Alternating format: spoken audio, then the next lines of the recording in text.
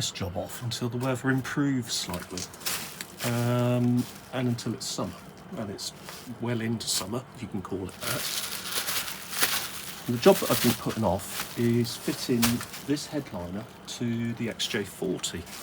So I bought this a little while back, and it's made of a sort of quite flexible material, as you can see, which means that I should be able to fit it into the car through the rear door. So let's get it unwrapped first off and see what we're dealing with.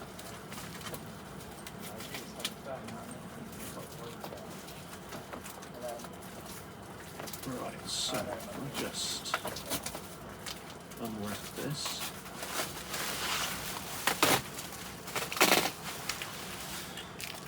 Actually get a sample of the material that's been used, which is quite good. So that's the colour that I've gone for, which is a sort of a grey colour, matches the interior. Oatmeal, which is, well, sort of a browny oatmeal colour, is also available. It looks like they've used this for packaging, which is quite good because it's protected the edges rather nicely. Came in a rather large flat cardboard box with extra padding, which is excellent because it has protected it rather well, as you can see. This is the kind of material that it is sat upon, which is this sort of like flexible glass fibre type affair.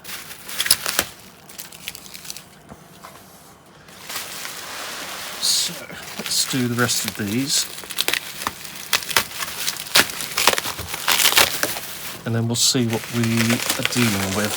Now, my particular car has a sunroof, which adds additional complication because I'm going to need to put material onto the sunroof itself, as it's sort of separate from the rest of the headliner, which you would obviously expect. So let's release the bits, pull this back, and see where we are.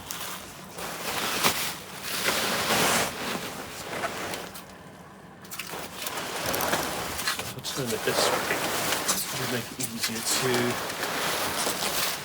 get hold of. There we are.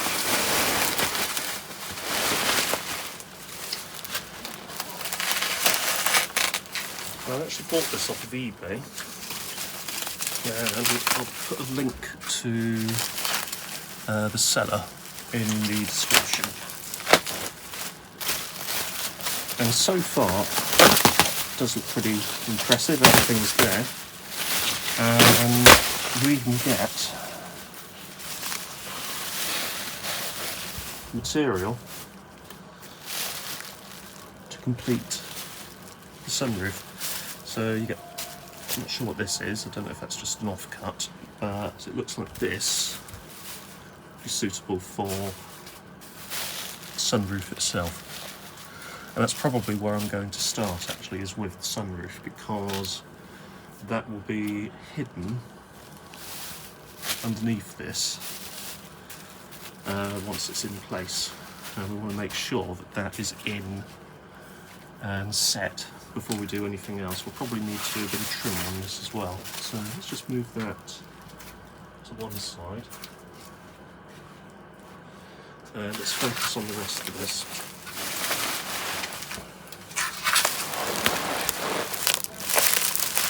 So we've got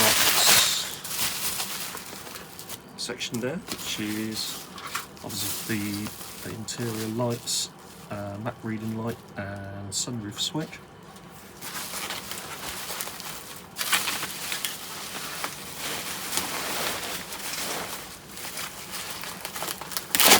It's been very well packaged corners, because obviously these protruding corners here could be damaged. But they haven't been, which is excellent. So these protruding corners here and over there.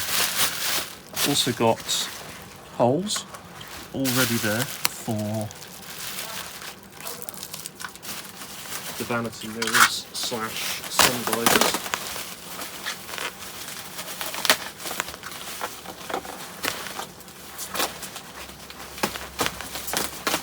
There we go. There we are. And short period of time, we should have access to the whole headliner.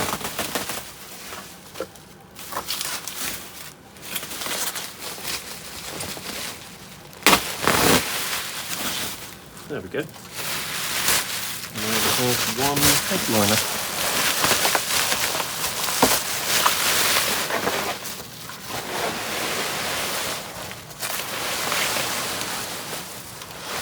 That looks rather good. So we've got these sections here. So that's stuck down there. I'm guessing that these will probably fold under, or you probably even have to cut them away. But that is what it looks like underneath, and as you can tell, it is to a certain degree flexible. Probably not overly flexible. I wouldn't want to be snapping it because there's going to be limits to its flexibility, but not bad at all. Right, let's have a look inside the car. Let's see what we can do with that sunroof.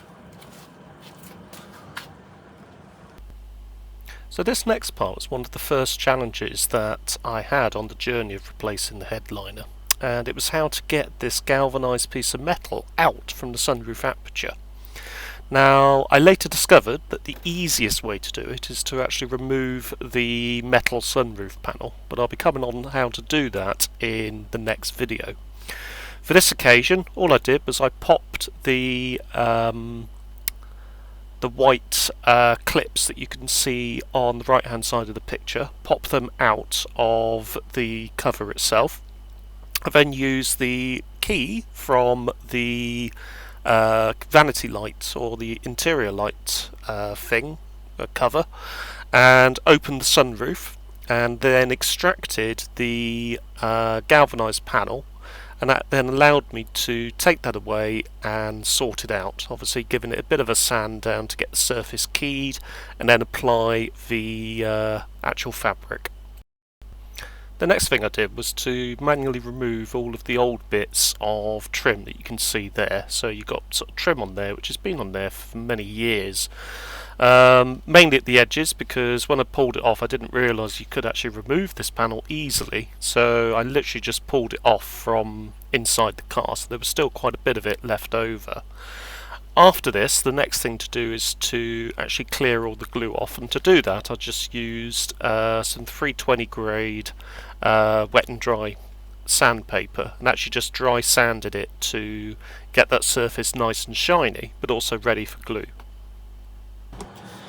So believe it or not, I'm actually filming this early August, and it is positively autumnal outside. And ideally I want to be doing this outside because this process requires ideally a bit of ventilation, if I'm going to be perfectly honest, because I'm going to be applying contact adhesive to this freshly cleaned and sanded area panel. Now you may be asking, why have I bothered sanding it?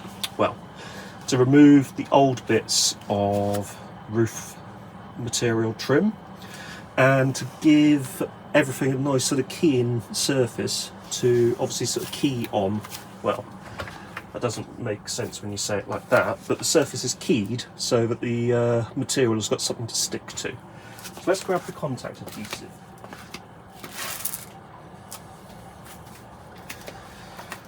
So, all-purpose high-strength bond,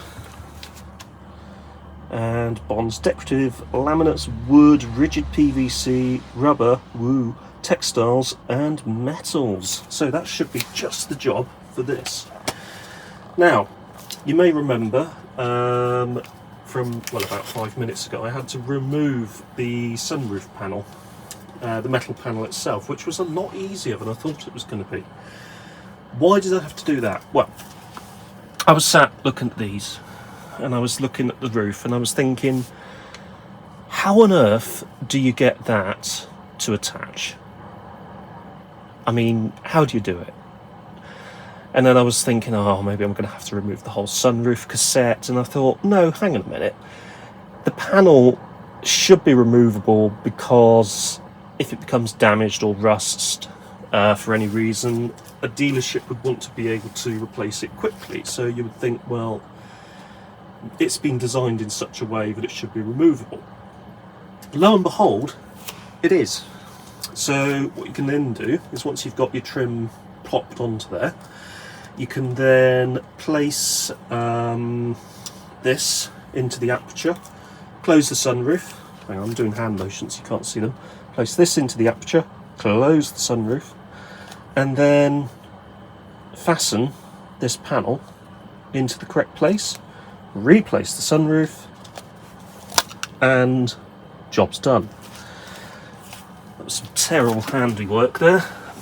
Anyway, I cleaned this with 99% isopropyl alcohol. So let's get spraying. So now that is adhered on the other side, we need to do this side, and to do this, I'm probably going to do this quite simply, and just apply a cut here, there we are, and one over here.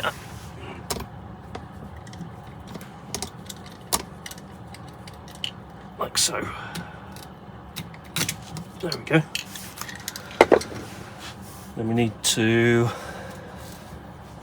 seal that in place.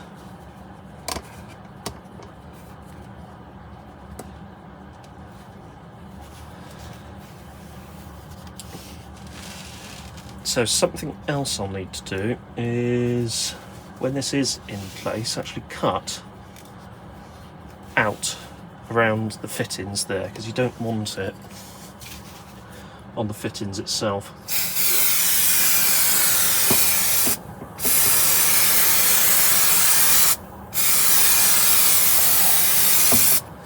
There we go.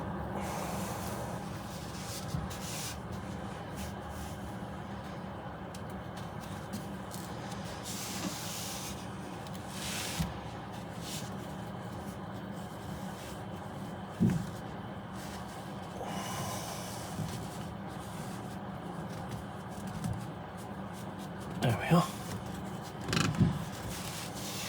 Kind of works.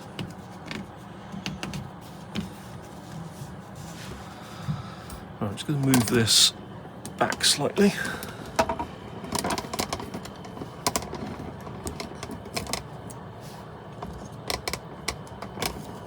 So I've got a bit more room to work with. Please ignore the condition of the carpet. I haven't vacuumed it for a week or so. Because I'm in here quite a lot, it does get covered quite quickly.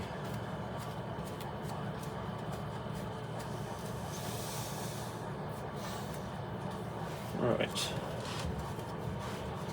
This doesn't smell anywhere near as toxic as I thought it would. So as I was saying just now, I want to just do a little cut around each of the fitting apertures,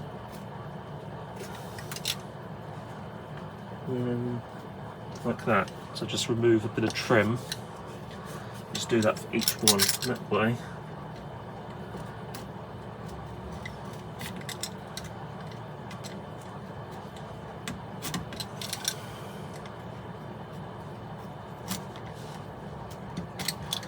You can see if it's locking in place. And actually it will be able to lock in place. If you don't have these holes available, wherever the locking thing's going to go, they're not going to be able to go anywhere.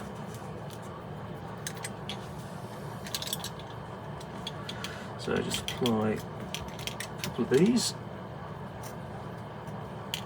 Always good to use good quality Stanley blade when doing this. Other knife manufacturers are available. Sorry, other craft knife manufacturers are available. And now we need to do this end. So this is where I need to have a think. So what I need to do is chop here so that you separate there, and then chop here, making sure to do it with your leg nowhere near the action, because that could result in a lot of bleeding. Do as I say, not as I do, as they say. That's better. So then you've got this, which will come over like so, and then sort of tuck into there quite nicely. So I'll do a little slit at this end. There you go.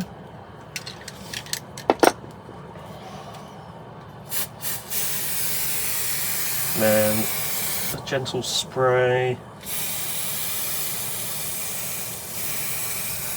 There's like a little, where the metal has been probably folded into shape, there's like a little sort of, almost like you could call it like a gutter arrangement. So I'm using that so that I can then get this over and press it in like so.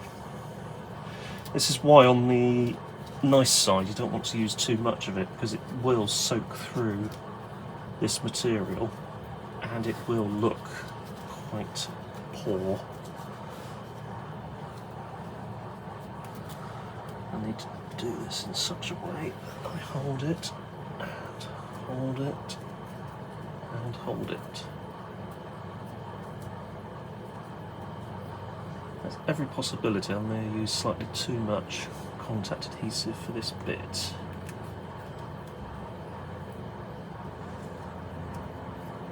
But not to worry. So we can get around that.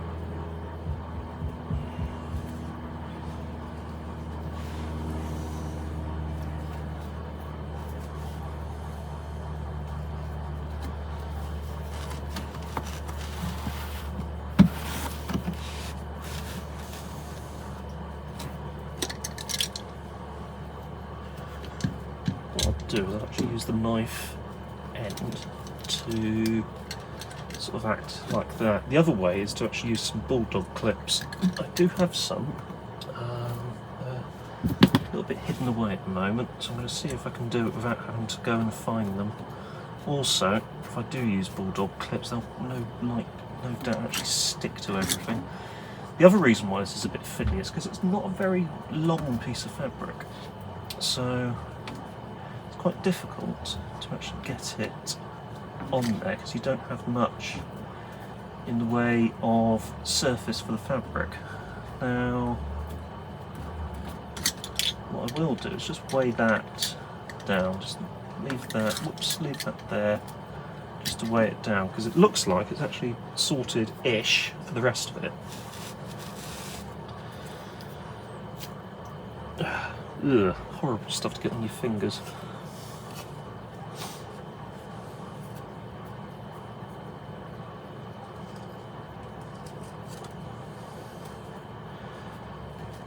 But touch wood, that does seem to be working, and that's certainly working well on the other side. So I'm just looking at this side here. I'm going to need to chop that out and then fold that over. There's actually a lot more there, so that should actually be a bit easier. So far, quite impressed with the way this is coming out.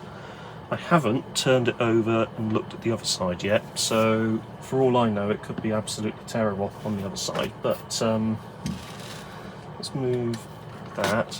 It's still like that. Let's move that and just turn that over and have a look. And yeah, that's exactly how I was hoping it would turn out. That's looking good.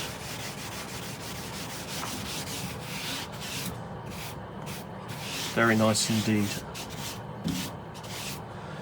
So with this side I didn't use huge amounts of adhesive, just enough so that the foam backing of the trim material would make contact and obviously seal that into position.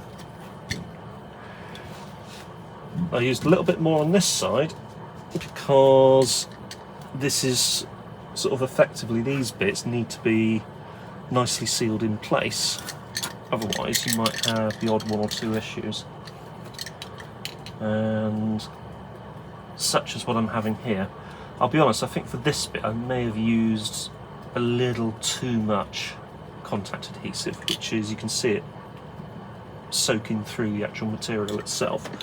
Here I just had a couple of runs, here I used way too much. So that's just something to bear in mind. There is a fine line between too little and too much.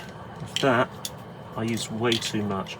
I'm going to be half sensible here because I'm going to cut away from myself.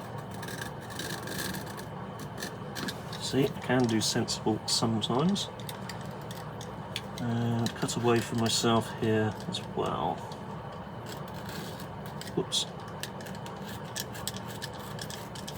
Do it like this actually, almost like a sort of a chopping motion.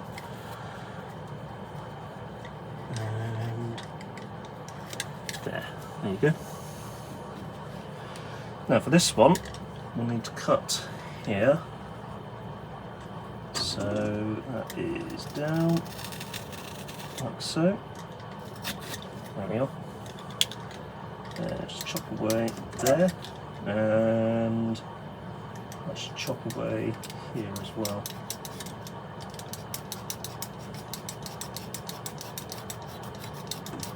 There we go.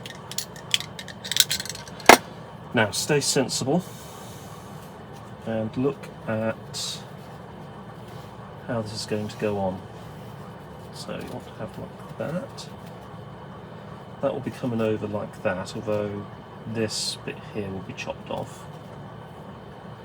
In fact, I'm half tempted to chop off here first, so that we clear that latching hole. Like so. There we go. So keep it taut.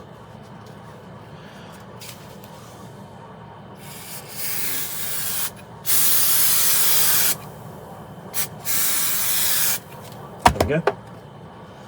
Let that bubble down and over and squeeze. Yeah, there you go. That feels a lot happier because it's not soaking through. You've got just enough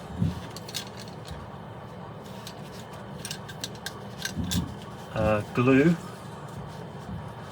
that it starts sealing quickly, and not so much that it starts soaking through the material. So that's when the problems occur, as we discovered earlier. So this one might need a little bit of extra care and attention. Otherwise,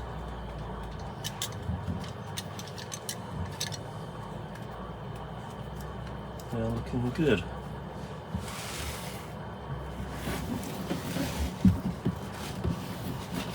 We've got the final bit here, so that will be this piece here, which will come over like so. So we'll probably need to trim there, which we will do now.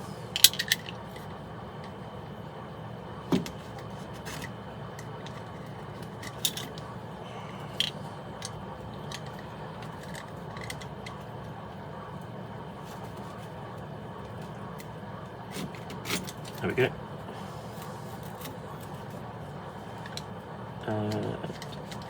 Let's chop that away there.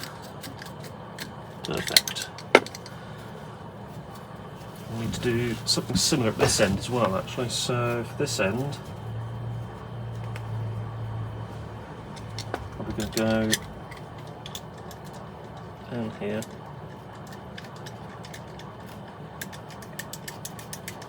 Like so. And scribe there. That's it.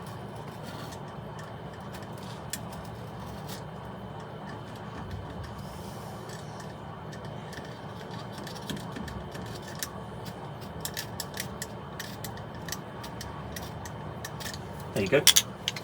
That should do it.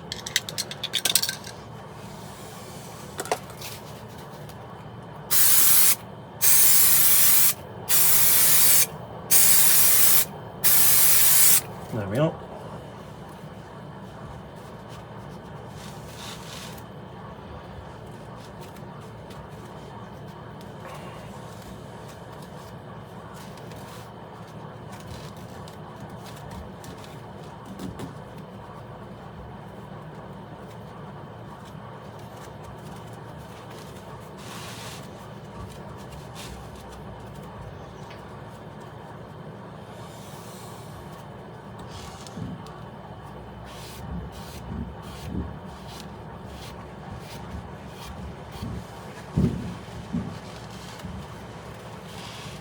There we go. Now we have this one here that we just need to cut around.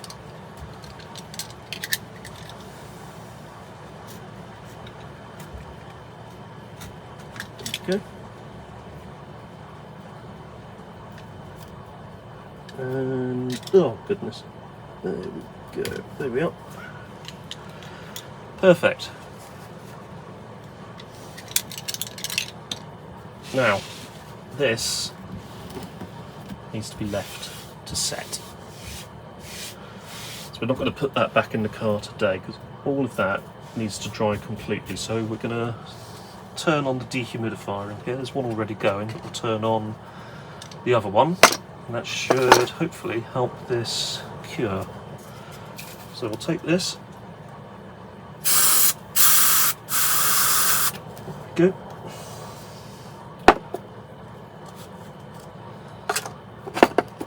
Leave that there because we might need that again. And that will actually conclude today's video.